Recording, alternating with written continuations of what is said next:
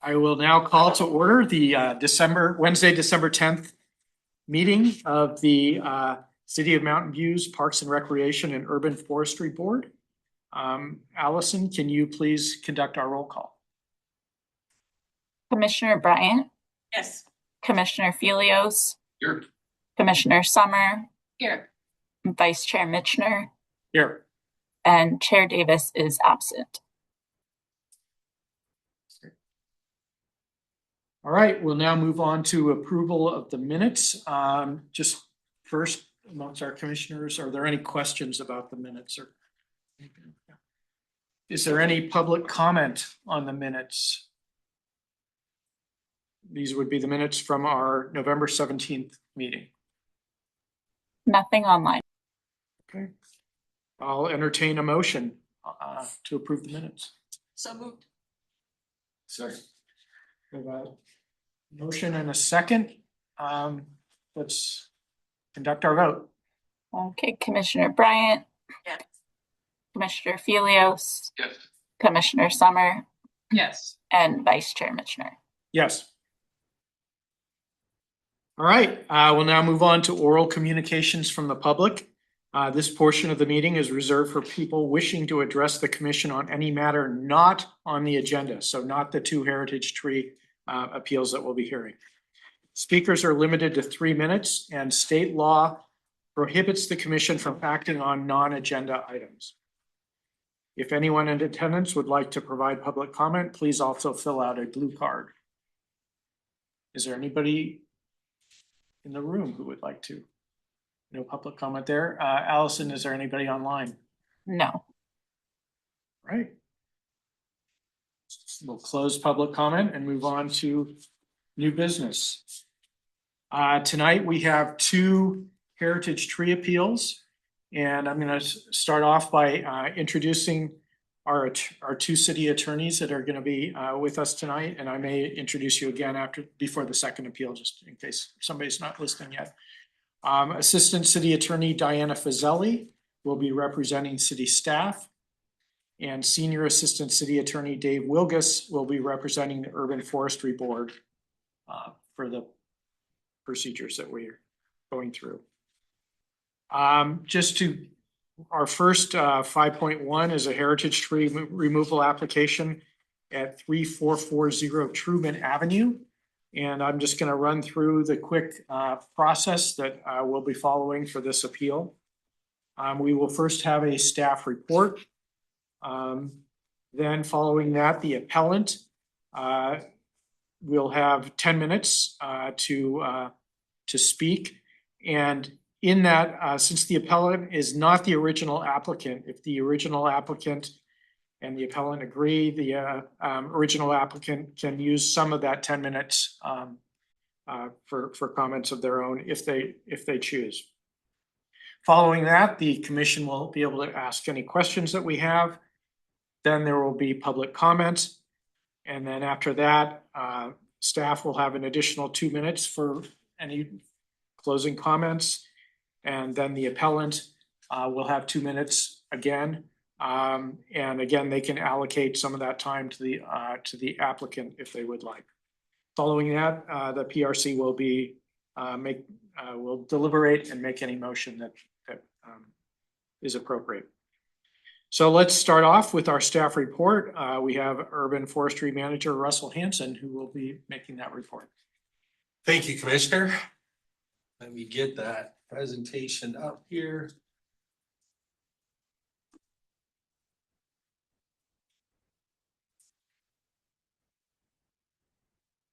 There it goes. Okay, so again, thank you, Commissioner. Russell Hanson, Urban Forest Manager for Community Services, here to talk about the appeal of tree at 3440 Truman Avenue. The tree in question is a Pinus radiata or Monterey pine, approximately 20 inches in diameter when measured at 54 inches above grade. And we considered the tree to be both in fair health as well as fair structure at a minimum. The applicant had listed 6 criteria on the application. First was tree is in poor health. Second, tree is in danger of falling. Tree is near the end of its lifespan. Tree does not have proper growth space. Tree is interfering with utility service. and the tree is growing in close proximity to structures and causing damage or will in the near future. So those were the criteria that we were evaluating the tree on. Additionally, the property owner had provided some comments about the roots having damaged the existing driveway. They talked of the tree roots posing a risk of significantly damaging a new driveway as well as the proposed house plan, as they would be closer to the tree. The seed or sap from the tree makes the driveway completely unusable for any car parked on the driveway. Gets sap from the tree, which doesn't even get cleaned by a car wash. On the road outside, our home parking is not allowed. Outside of our home, parking is not allowed, and it is creating a lot of challenges. In addition, they had mentioned their 2-year-old child has severe skin allergies, and that they were concerned that the sap falling from the tree had led to allergic reaction on their child.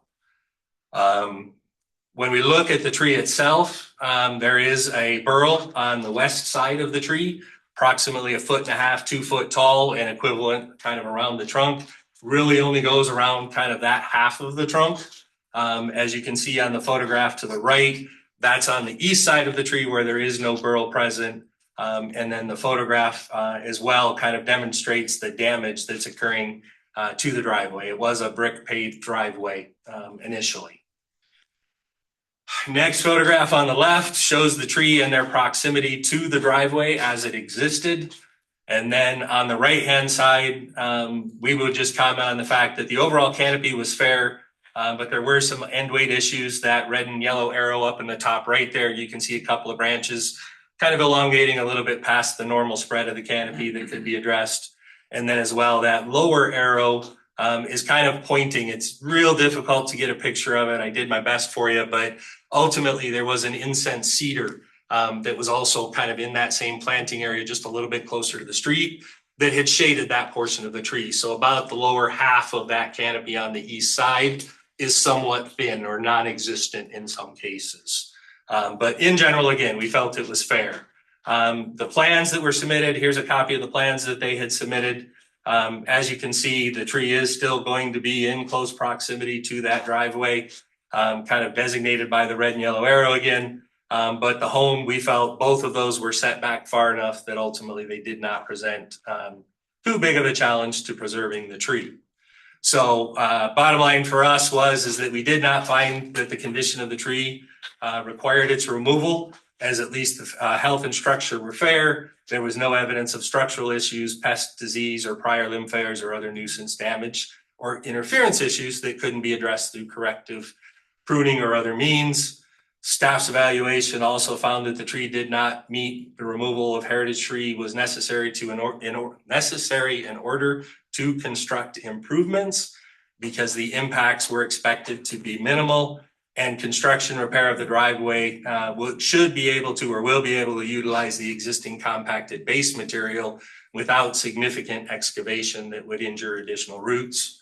The third finding was that the shape and structure of the canopy was at least fair, and the tree provided value to the benefit to the neighborhood.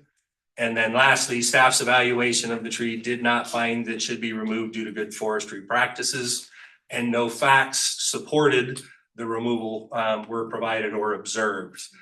So the only other comment I would make that I don't necessarily address in this presentation is the owner did provide some additional information regarding their child's allergies. Unfortunately, we did not feel that it was sufficient to actually justify the removal. But because of protective rights or otherwise, we didn't necessarily share that this evening. Thank you. We'll now move on to the appellant, who will have 10 minutes. I have the appellant as, and correct me if I pronounce your name wrong, incorrectly, Prithvi Raj. Is that? I see your hand raised. Allison will. Yeah, that's correct. Great. And then also, Prithvi, I don't know whether the owner, I guess it was Richard, or I'm sorry, the applicant, original applicant was a Richard Newty, and I don't know if he is going to speak tonight, but it's your option to allow him to have some of your time if you choose. But he's not here. It will be just me. Okay, go ahead, and Allison typically gives us a 1 minute warning, and I'm not exactly sure how she'll There it is. do that. Anyway. All right, go ahead, Prithvi. Yeah, thank you for giving us this time to bring this matter to your attention. So, first of all, I'll start with I really value these trees. I come from a family of farmers, and I chose even this property. It has so many trees in the backyard. We really like it. The reason I had to request for considering this tree to be removed started with the real problem of the allergy with my child. She's 2 year old, and every time she played in that area, I provided proof of multiple correlations of where she was playing in that area on the driveway, and she getting up different multiple flare ups for her eczema allergy. We did get the allergy tested as well with the doctors, and at this age they test with only specific set of allergic reactions, and based on that, the recommendation from doctor was try avoiding any contact of such things. If you are seeing a correlation, I will recommend avoid their contact with those, for our kids contact with those tree. So that's my first and primary concern, that we want this tree to be removed from our property. Any additional proof is needed from the on that angle. I am happy to work on that with the department and provide if anything else need to make to the right decision. But I do not want to take any risk that it can cause to my child's health, and that's my first primary concern. The second concern that I tried to bring up in my appeal was related to, we are building this home with an ADU and driveways and designated parking spot. Because there is a high school in front of the house, there is no parking allowed on the street. The only place to park is the driveway. And in the current shape, the way the tree is, this practically, if you leave the park there for more than a couple of hours, it's so difficult to clean that car every day. Even you need a hard scraping of that sap out of it. So it's practically a unusable way to use that driveway. Right now, even when we are using this driveway, we are using the uh, complete other half of the driveway to park the cars, but still it happens once in at least every week or twice. So from that angle, also this is a problem.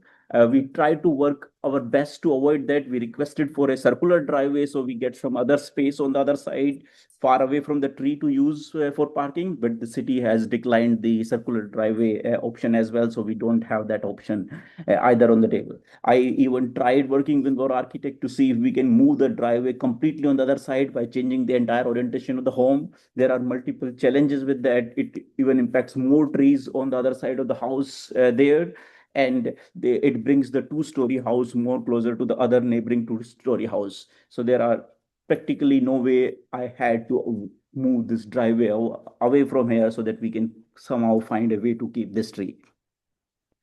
So I will say overall, and I don't know, I'm not expert on the aspect of structural part. I don't know. This tree has damaged the current driveway. At multiple places on the driveway, the roots has damaged the current one. I am concerned even the new driveway that we are going to build, will this tree damage that new driveway? And the house is moving around 7 feet forward from the current house. So it is going to be more closer to this house, not necessarily like, I think there will be still around 4 feet space, but it is pretty more closer than the current one. I don't know how much damage it may cause to the house in future. And I don't want to take any of the risk to my property caused by this uh, further growth or the roots of this house. All I want to request here is safety for my kid. I want to avoid any of the health issues happening to the kid, and I'm willing to replant as many number of trees needed to provide compensate for this. But because I personally like trees on my property and will be happy to help with all of that, but I don't want to go with that risk with my kid. That's my primary basis for this appeal. Okay, are you done? Yeah, that's my main point. Yeah, I think Okay. I'm. You'll have another chance at the end.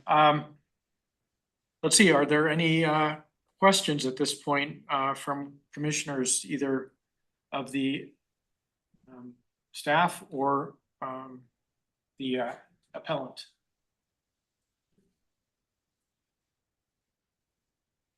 Go ahead.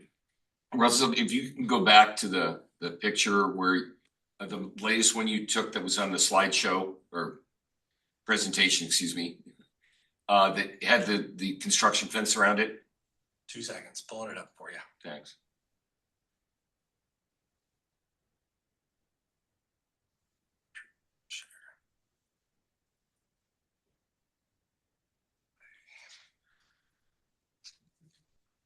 That one to the right? Yeah, that's the one. When I went to see it this past weekend, it's too much like this with the fence around it. But I also walked on each side, so I was on the north side. And when I looked at the tree from the north side and actually took a picture on my phone, there's no canopy on one, there's very little canopy. I'm assuming because of the other tree that was in front of it, this one grew without much canopy on one side. And I was concerned whether between, and the tree does look a little bit dry right now as well, which would be understandable with all the construction equipment around it and such. But I'm wondering, is the tree going to be unbalanced from now on because it is already, 50 feet or whatever it is, where it will not fill out and thus become a wind issue problem, from the east or whatever, or will those branches ever grow back and thus create a very healthy canopy as opposed to what I think we're seeing right now? Sure. So yes, absolutely. I would say that void in the canopy is directly related to that other tree that was closer. There was an incense cedar that was out closer to the street that we did approve. It's probably 50% or more dead. So that was the reason for the approval on that one.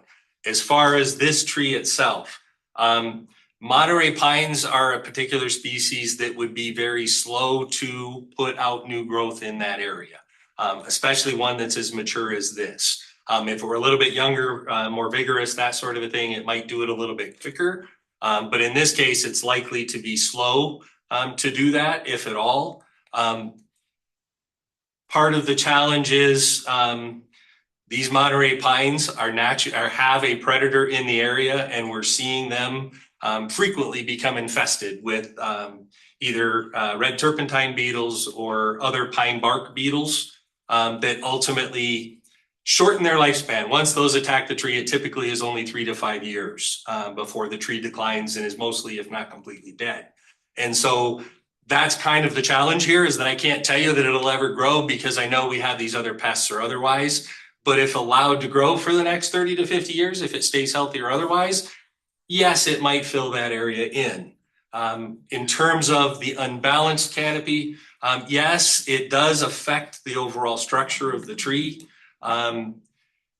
When trees grow in a specific manner, when they're competing with each other and they actually create that kind of empty area because of competition, they tend to lay other reactionary wood. They tend to spread their branches, kind of adapting to that. So when you take that away, yes, there is an increased potential for limb failure, whole tree failure, or otherwise.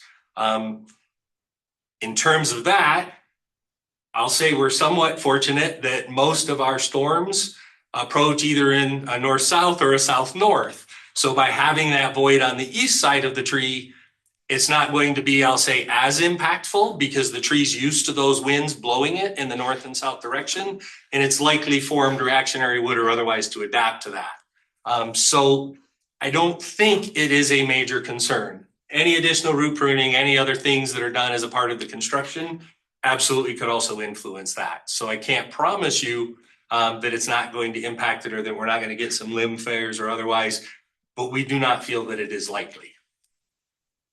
A follow-up question, not regarding the burl. I'd never seen one before. Can you explain, is that a sore or is that just a growth or is it? They're caused by different reasons, but ultimately, yes, it is just something that there's typically a bacteria sometimes. I shouldn't say typically. Sometimes there's a bacteria, sometimes there's other causes. But it's just kind of the tree's natural response.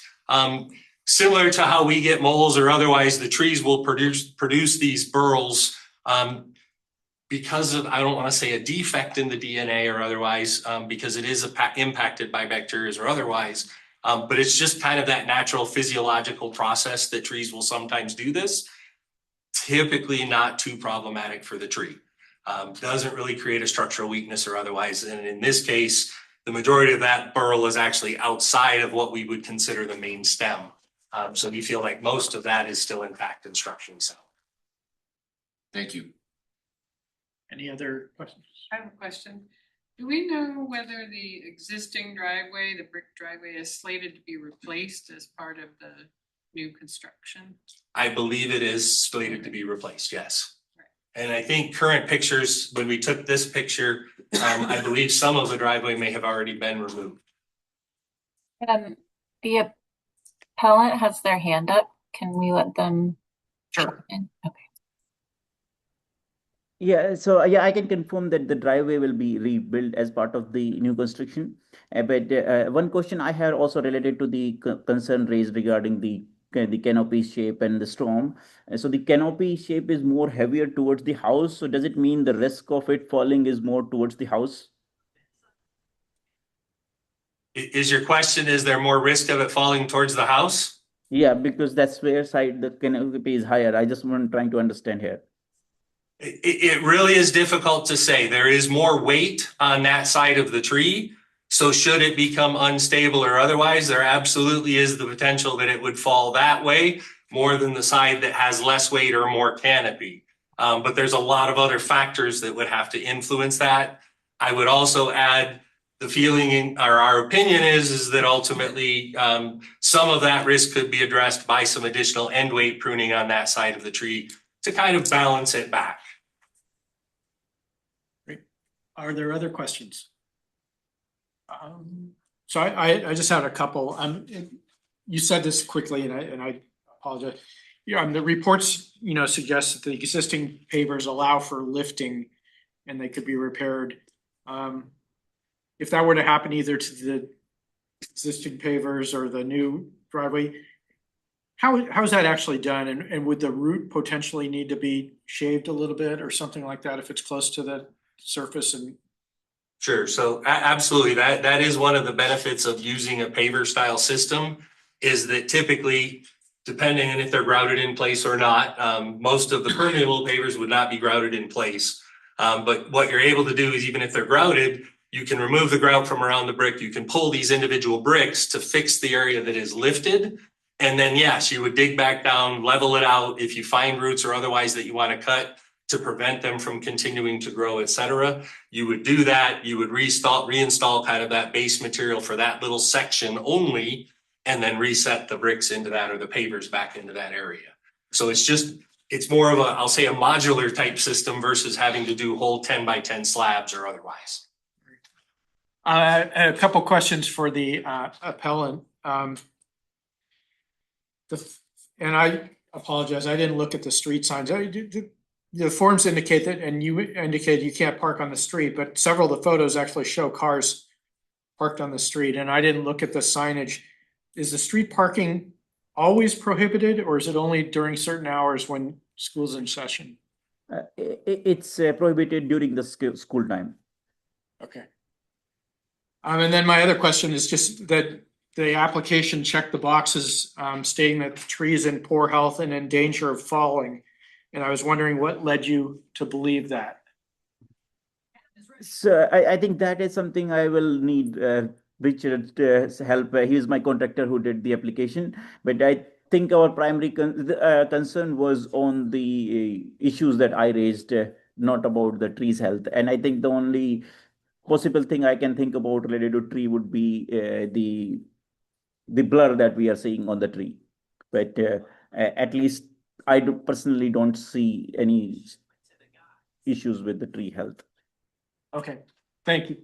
Yeah, but I want to mention that there is one other small tree, persimmon tree, which with growth of that is definitely hindered because of this tree. Okay. All right, if there's no further questions, we'll open it up for public comment. Are there Just one question I wanted to ask, like in the discussion, we did not talk about the concern that I raised related to the health for my kid at all. I just want to understand if that is being considered as part of making this decision. Yes, in terms of staff in considering that, that was considered. Unfortunately, the information that was provided was not, I'll say, specific enough. It did not call out a specific allergy to the pine. We absolutely understood the reactions, the things that you're talking about that occurred. We absolutely believe you in that regard. But in terms of actually having evidence of that, we just didn't feel like what was provided was sufficient. You mentioned additional testing or otherwise. If you have additional information, you want to bring it back to us at a later time, it's absolutely something that we could reconsider this application sooner than the 2-year typical moratorium, if you provide that evidence.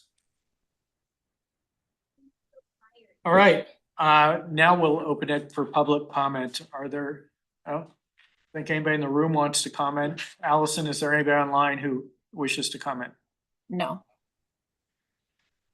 All right, I'll close public comment and turn it back to staff for 2 minutes for any additional comments that you might have. No real comments. Again, this was another one that was kind of challenging, especially given the considerations for the child and the potential allergies, et cetera. Unfortunately, just everything that we looked at, we felt like could be addressed except for that. And we really couldn't kind of, I'll say, connect the dots on that one. And so that was the reason that we chose to deny the removal. Okay. And I'll turn it back to the appellant, Prithvi, if you have 2 more minutes for anything else that you'd like to add. I think I will just summarize the same, that my primary concern is my child health and I don't want to take any risk with it. So I will request this board to do the right thing to keep our kids protected. And I'm happy to provide if anything else needed to help that with that right decision, and any replanting and all we can do to compensate for it. But I really do not want to take any risk health for my child at all.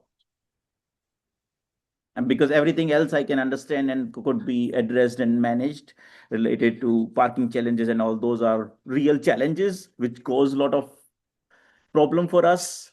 But I can take the effort and additional risk needed to address those. But the one that I cannot really take on or accept is taking any risk with my child's health. Thank you.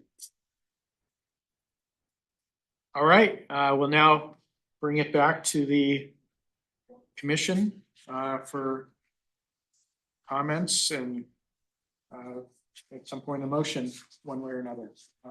Anybody want to start? I'm ready to start. So I have every sympathy for the concerns about the child's allergies. I hear you loud and clear. As a board, our job is to try to protect heritage trees, and this is a 50-year-old tree and a native tree that can grow and looks quite decent from what I could see through the fence. So I think staff has done an analysis and didn't find that there were the criteria for taking out the tree. I feel very comfortable with what Russell said about if there is clear information linking the child's allergies to the trees, then that is another matter. But if we don't have clear understanding or evidence of that right now, I am comfortable accepting staff's determination supporting that, with the understanding that if more information comes up about the connection between the allergies and the tree, then that needs to be revisited. Great. Thank you. Next, anyone? Sure, I'll go next. I find myself agreeing with Commissioner Bryant. it's very unfortunate that the health related documentation doesn't show the clear link, because that would have made the matter fairly clear cut, and I think maybe that we wouldn't even be hearing this at this time. But with that, in the absence of that, thumbs up from staff that they have provided documentation, I feel that we should probably retain the tree element. So I feel like I'm going to support staff's decision. I can't, I would agree completely with my colleagues, with regards to, further documentation might prove, a different decision. And certainly I would, I think that, Russell has expressed, with regards to the health of the tree, trimming it back, that things can be mitigated other than the health of the child, which I feel very bad about. But perhaps further information might lead to a different decision. But where the criteria that we're bound to, that with regards to protecting heritage trees, I don't think we have anything there right now that would override what the staff report says. And I guess, I'm probably going to be similar. I think the tree's pretty healthy. It's on the far right side of the lot, just a few feet away from the side fence. So it shouldn't be involved with the structure of the new home. I also saw, that there were a couple of branches overhanging the neighbor's side, which I think could, some pruning of end weight, could help. Like everyone else, I feel for your young child, who may have an allergy, that's triggered by tree sap. But unfortunately, as others have mentioned, with what we know right now, there's just not sufficient cause to remove a healthy and mature tree. I'll also acknowledge that in my own experience, tree sap on a car, I think, is actually a bigger nuisance and more difficult to remove than might be implied in the report. But again, that also is not a criteria for removal of a heritage tree.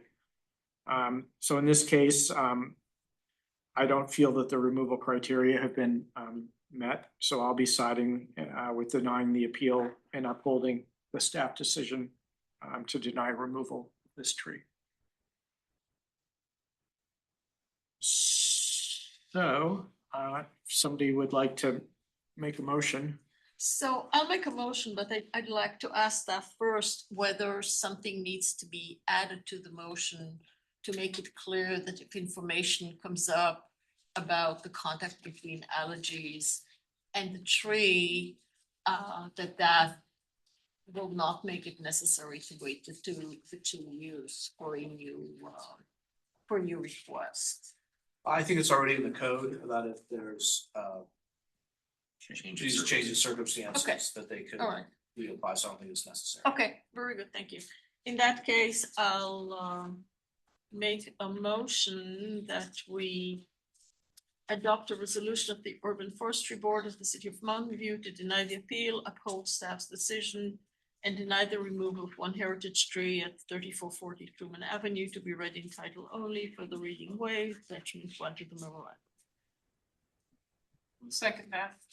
Okay, we have a And motion. I'll note that this was the item that the amended resolution was provided by staff to just fix some of the formatting. So I did review that and I felt like it was appropriate. Thank you. All right, we have a motion and a second. Any comments before we go to a vote? All right, Allison, poll us, please. Commissioner Bryant, Yes. Commissioner Filios, Yes. Commissioner Summer, Yes. and Vice Chair Mitchner. Yes. Okay, thank you for everyone who participated in that, and we'll see what the future brings on that particular tree. All right, we will now move on to our second heritage tree appeal of the evening. This is at 2415 Benjamin Drive. And just in case we have, I don't see the appellant in the room here, but just in case they're online, I want to quickly reintroduce our two attorneys from the city who are here. Assistant City Attorney Diana Fazzelli will be representing city staff, and Senior Assistant City Attorney Dave Wilgus will be representing the Urban Forestry Board. I will also quickly, again, since I don't know who joined in and when, go through the process for this appeal. There's nobody online, just Okay. in case that helps.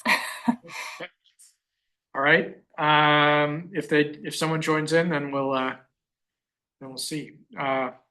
Okay. So we will then. Well, let me just do it real quickly for the record. So if somebody's listening later on, we'll have a staff report.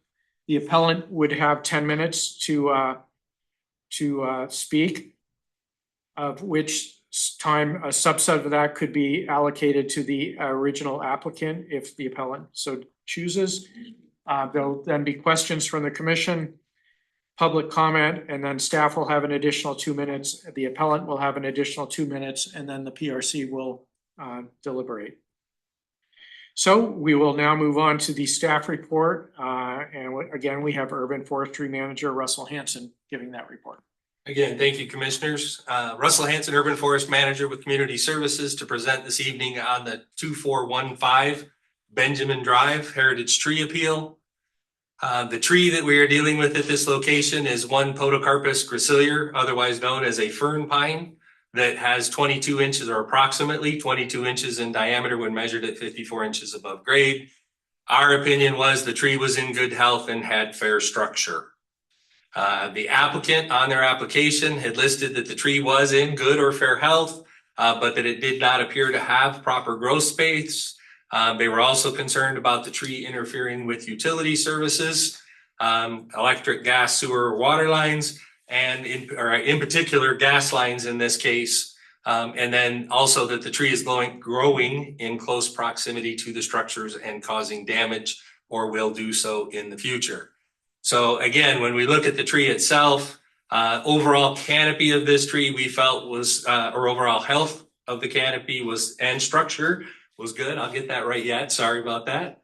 And then as well, on the right-hand picture there, you can see kind of a close-up of the main trunk that shows you the structure of the tree and kind of the proximity to the roof eaves. In both cases, it is less than 2 feet and may even be as close as 6 to 8 inches in terms of the property owner residence itself, but was not in contact.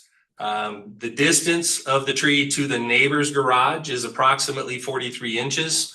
I want to note that that was a mistake in the staff memo. We had a typo that said feet when it should have said inches, but it is 43 inches from the garage as we measured it. You can also see in that picture on the left that there's a little red dot where the root flare starts. That is the approximate location of the gas line that's provided by PG&E.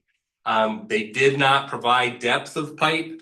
And ultimately, when we look at gas lines, it's our opinion based on experience that those lines are much more flexible because of their typical construction with polyethylene tubes or otherwise, as well as when they're typically installed, they're at least 24, usually more than that, up to 36 inches in depth. And so they are also very, very low pressure, less than 2 pounds per square inch typically. So even should those lines become slightly compressed, it really does not prohibit the flow of the gas through the line. So above and beyond that, the picture on the right, you can see that is the gas meter that is against the neighbor's house that's behind the fence there. Again, slightly offset from where the tree is marked. If you compare the two photographs with the gas line, the tree being a little bit further from the home, quite possible. Again, we don't know. We're trusting the PG&E markings on this one because we didn't have any potholing or otherwise done. But it's common that those lines don't just run directly to the street. So we have every faith that that line typically or probably is underneath that tree at some point. This photograph here is shows the distance to the property owner's home. As measured, that's approximately 50 inches. So ultimately on this one, we did not find that the condition of the tree required its removal because it's in general good health and structure, has no evidence of nuisance, damage, or interference, issues that can't be addressed with corrective pruning or other means. We did not find that removal of the heritage tree was necessary to construct improvements, as there were no improvements proposed. We did not feel that the health and structure of, we felt the health and structure of the canopy is good and it provides benefit and value to the neighborhood. So we did not feel it met that criteria. And then finally, it did not find that the tree should be removed due to good forestry practices, as we felt no facts supported that criteria. Thank you. All right, I will check again to see whether the appellant, Jill Gordon, I believe, is the appellant, whether she is online or. There's still nobody online. Okay. All right, I guess we just need, so we'll move past the appellant. If the appellant comes in late, then we'll have a 2-minute opportunity later on. Any questions from the commissioners on this? I just had one. How full grown is that tree? Well, the owners have been pruning it to kind of maintain clearance or otherwise. So size at maturity, it's probably 60%. Other questions? I have one. Would you expect that the root flare will increase as the tree grows? Absolutely. The trunk of the tree itself is approximately 22 inches or 21 inches. And so I would say it's common for those podocarpus to get upwards of 36 inches or perhaps even slightly larger than that. But everything experience and research wise has told us that as long as we have approximately a 6x6 area that is clear around that tree, that root flare is typically not going to grow past that. And so what's the distance between the two buildings? Distance between the two buildings, I couldn't tell you other than given the 43 inches and the 50, it's going to be about 10 feet, I'll say. Yeah, I mean, city setback is 10, so. Correct. And this tree is almost right on the property line. It's a little bit more towards the property owner's side, Could be but 20 feet apart, but they don't look 20 feet apart. Is that? setbacks should be 5 typically. 5? Okay. 5 and 5 for a total Okay, of 10. Yeah, all right. Thank you. Other questions? So I have a couple, and then I actually had a couple for the appellant, but I might try to see if you answer. So the first one, in a case like this, and this is just for my general information, I probably should know, where the neighbor is more impacted than the owner, is the owner the only person who can initiate a heritage tree removal application, or could a neighbor initiate it? Well, the tree would be the property of the property owner on where it's rooted, Right. right? So it's their property. The neighbor could not unilaterally just try to take out the other neighbor's property. Okay, so the only recourse that this neighbor would have, or any neighbor who is spending a lot of money on something, they would have to flee to the owner of the property to put in an application for a heritage tree removal. They couldn't make their own application and, okay. Interesting. So there was a lot of stuff redacted in the receipts, and I don't want to get into too much of it. I don't want to ask about something that was redacted. I did wonder whether the entire 59,000 was on that main sewer line or whether some of it was related to the kitchen and laundry lines, but we'll skip past that. There was an invoice for some work in 2021 that was included in the backup. To me, that looked like it might have been a house to property sewer line clean out replacement. Were you able to, do you have any idea? what That is my understanding, yes. Okay, Is So that that- basically they replaced the whole lateral from the house to the main line. right. And so that would that have been separate then from, or would it have overlapped a little bit with the sewer work that they did? It might have been a separate. Yeah, that I can't speak to. Then also I'll ask you this, but you might not know. In the information, for the work that EJ Plumbing did on the sewer line in 2024, there was a 20-year warranty. Do you know if that covers if tree roots intrude on the same line that they? I am not aware, no. Nothing on the paperwork we had kind of talks about what the details with that warranty were. I mean, typically, would a warranty ever cover something like that? Couldn't tell you, I don't know. Okay. All right. That's it for questions. Is there any public comment?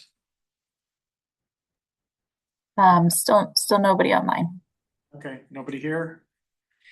All right, we'll now go to staff for any additional comments that you might have.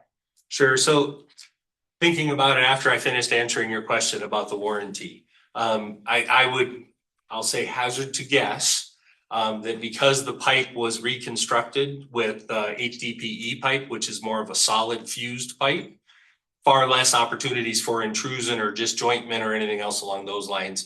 And so it quite likely would cover something like that. But again, I don't know.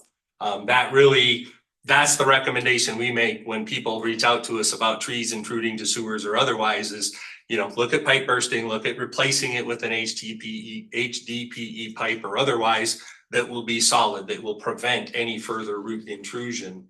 That's typically the better solution than just removing the tree if it's possible. And so that would be the only additional comment I would make is that is the way that it was replaced. So ultimately, that's likely what's covered under the warranty, but I do not know. Okay. Thank you. We'll take one more chance to see if our appellant is here for their 2 minutes that they would have. No. Okay.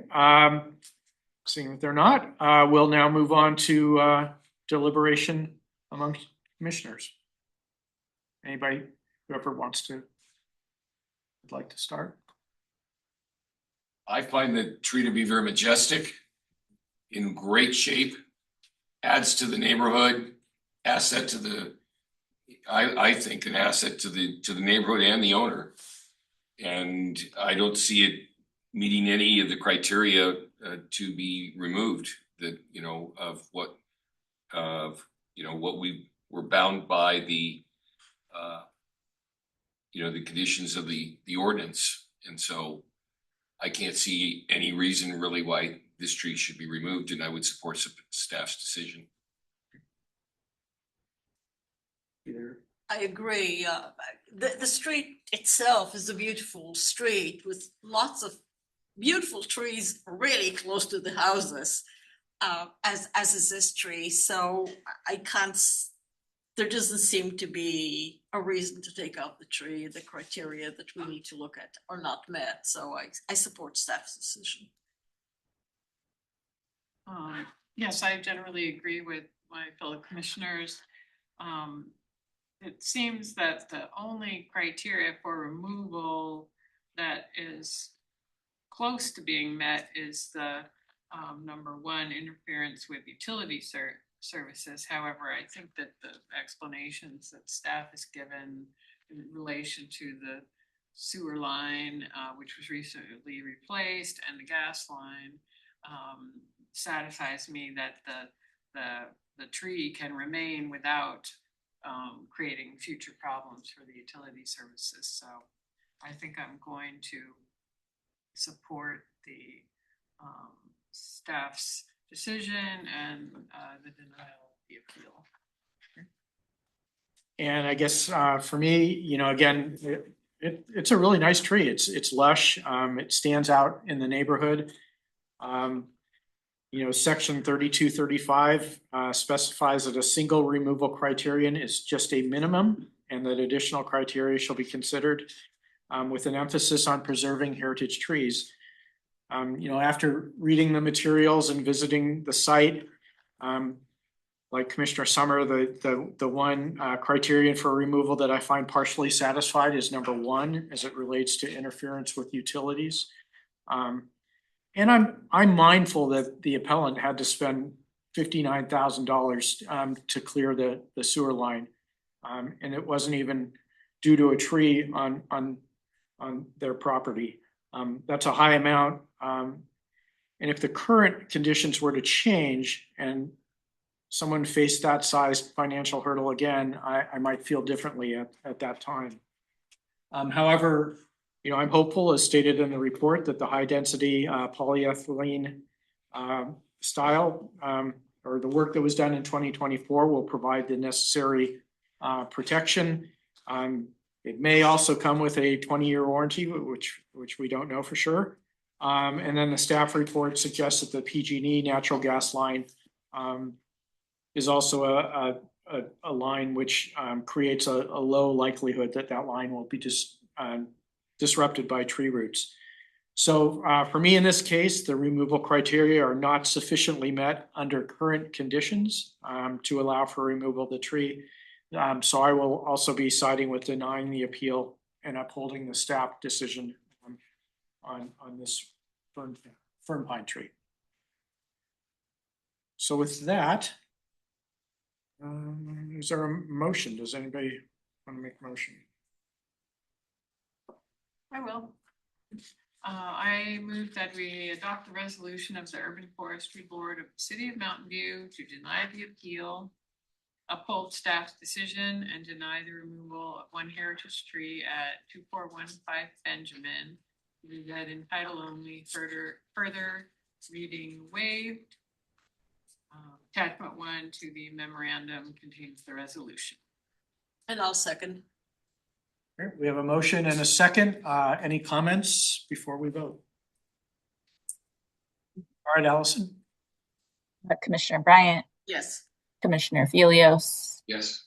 Commissioner Summer, Yes. and Vice Chair Mitchner, Yes. and Chair Davis is absent. Okay, so it carries. And a side note to Chair Davis, if you're watching this, note the time. All right. I'll now move on to item 6, commission and staff announcements, and I'll turn it over to Director Marchand. All right, last meeting of the calendar year, and thank you to city attorney staff for being here. Monday night was our annual tree lighting. Once again, huge crowd. Staff did an amazing job. This really is a cross-departmental, cross-division staffing to make it all happen. This year we had additional staff from other divisions that we haven't had involved in the event. And so all hands on deck, and really they all made it a great event. So really pleased with the turnout and the way the event went. I'd like to announce it was 2 years ago that we had proposed to hire a community services project coordinator, and we've gone out a couple of times to fill that position, and happy to say that that position is now filled. Gally Basson is our project coordinator. Yeah, so she comes from Mid-Peninsula Regional Open Space District. Great background, not only at MROSD, but other similar types of agencies. So coming to us with a lot of great experience. So really her job is going to be supporting us and working across departmental lines with Public Works so that we have a single point of contact to Public Works staff to really make sure that we as the customer, in this case, we are the customer to Public Works, that we're receiving the information that we need through Gally, and then she's making sure that the Public Works staff is providing updates as necessary. So This is week 2. Do you have anything else, Brenda? Oh, we're just excited to have her. The salt marsh harvest mouse. What's that? Ask her about the salt Oh. marsh. Oh, harvest will mouse. do. And then it is next week that the city council will appoint a new commissioner. Ida Rose Sylvester has been recommended through the council appointments committee, so that is all I have right now, other than a reminder that for January, we meet 1 week later than typical, so January 21st. We will be reviewing the next draft of the biodiversity and urban forest plan and discussing the election of officers. February, we're back on regular schedule. We have 2 heritage tree appeals and a review of the trees at the public safety building project. And as additional reminder, we had agreed to start meetings at 6 p.m. starting in January. So we'll be updating that time frame. Can you just give us a little on the, you said that it's the biodiversity that's coming to us in January? What form do you anticipate? I mean, has that gone to town? It is not. It'll come to Okay. you again first. Okay. That was a question. Yeah, I heard you answered correctly. Yeah, it hasn't gone to council yet. It's coming back to PRC. Okay, great. All right, so before we end tonight, tonight is the final meeting for Commissioner Steve Felios, who's completing his second stint on PRC. The first one was either in the late 90s or the early 2000s, I believe, and so this would give you probably 14, because this one was just 6 years. Yeah, so 14 years total. You've been a really valuable member of our commission. I'm personally really gonna miss you. I think that you're extremely balanced and pragmatic in your comments. I think that lots of times you bring up fresh perspectives and thoughtful points that we hadn't considered.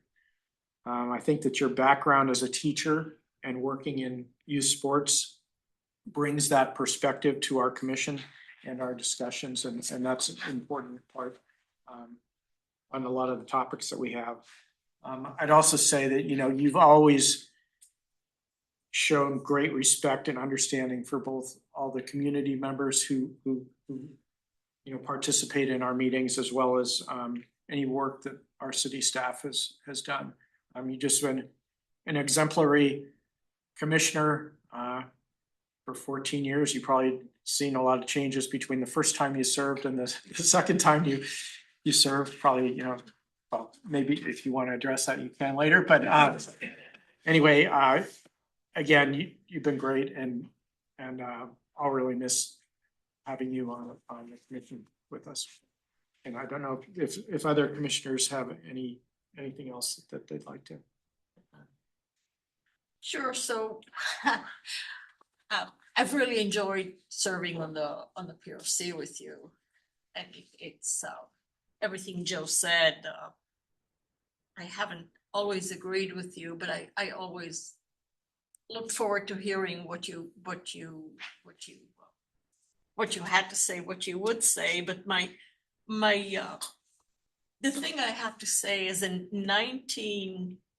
the mid 1990s, or maybe even earlier, I called you when you were a PRC commissioner, and I was an angry resident. And I don't even remember why I was angry. But no, I do remember. I was really upset with the Parks and Open Space Plan.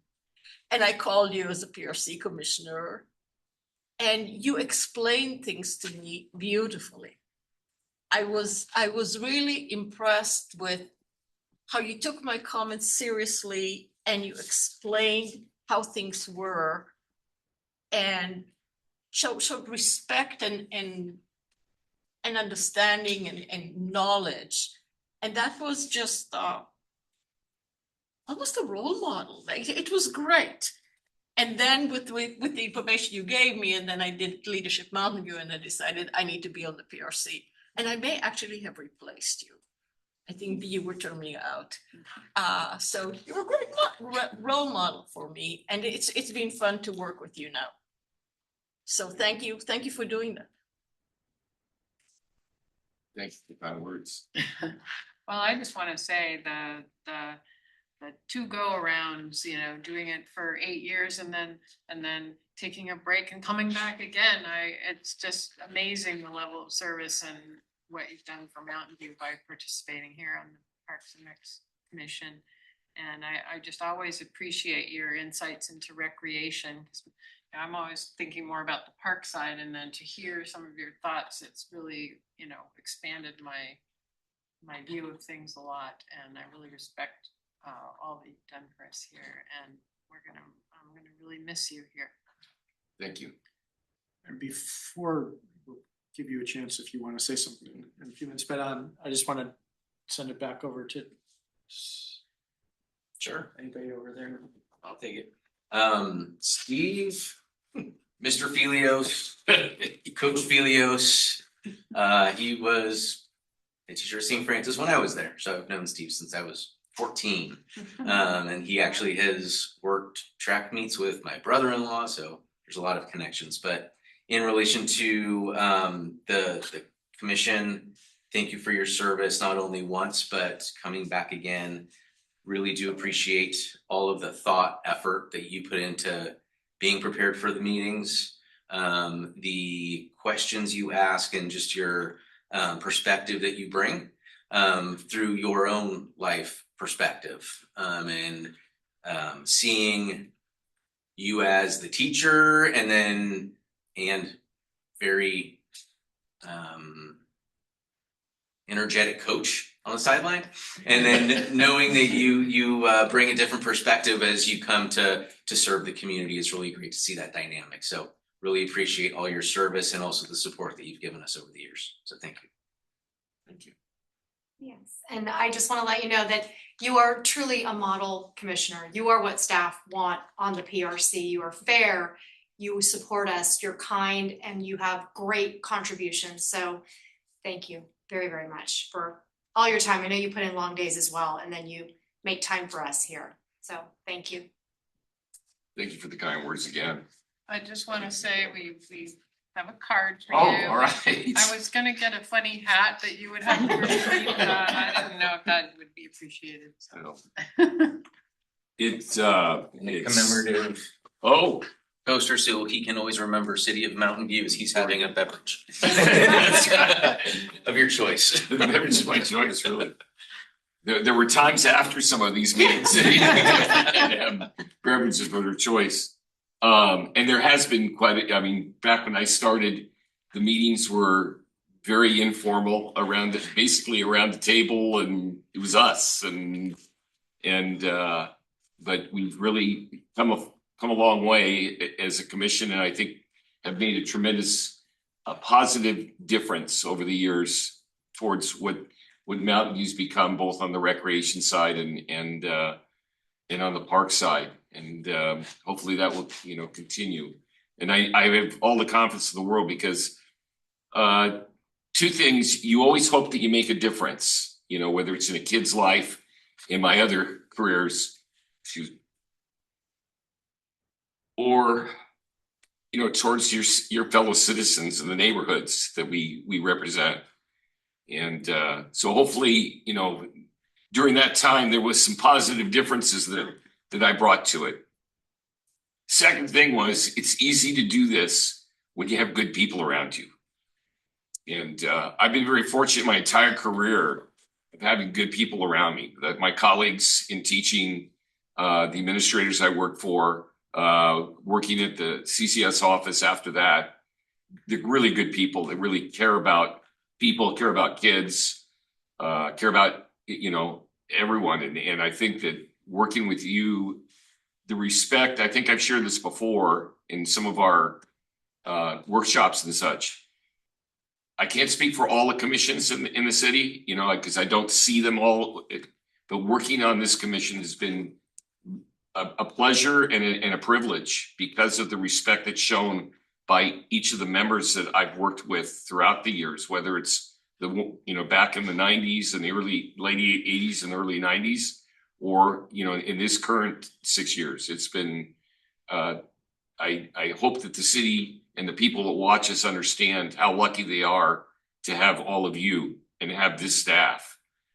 Because it's all about, watching out for the city of Mountain View, and despite all the challenges we have. So, keep up the good work. I hope to be a contributor in watch what you're doing, and there's 2 plans I had a little bit of my hand in that are still on the table, and I hope to make comments to the council as they go to council, and comments, with the group when they come back here as well, and and support you any way I can to see us move forward in a positive direction. So thanks so much for letting me do this. Bottom line. Thank you. Thank you, and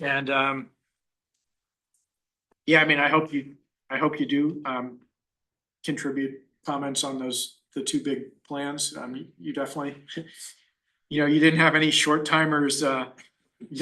You had a 280-page report to read on your second to last meeting, and we weren't going to be making any final. So, thank you for your dedication. It just shows how much you care, and I hope that you do make comments to city council and to our meetings, and this time we'll be able to put you on a clock. That's right. Exactly. Although you were never a timing. I always had to, all those years I worked, had to answer through a bell, so I knew that there was a time limit. Yeah, no, you're pretty succinct and got to the point right away. So anyway, hopefully we will see you again.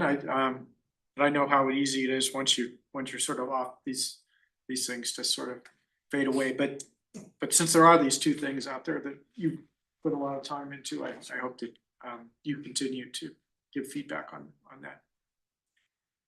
All right, with that, it is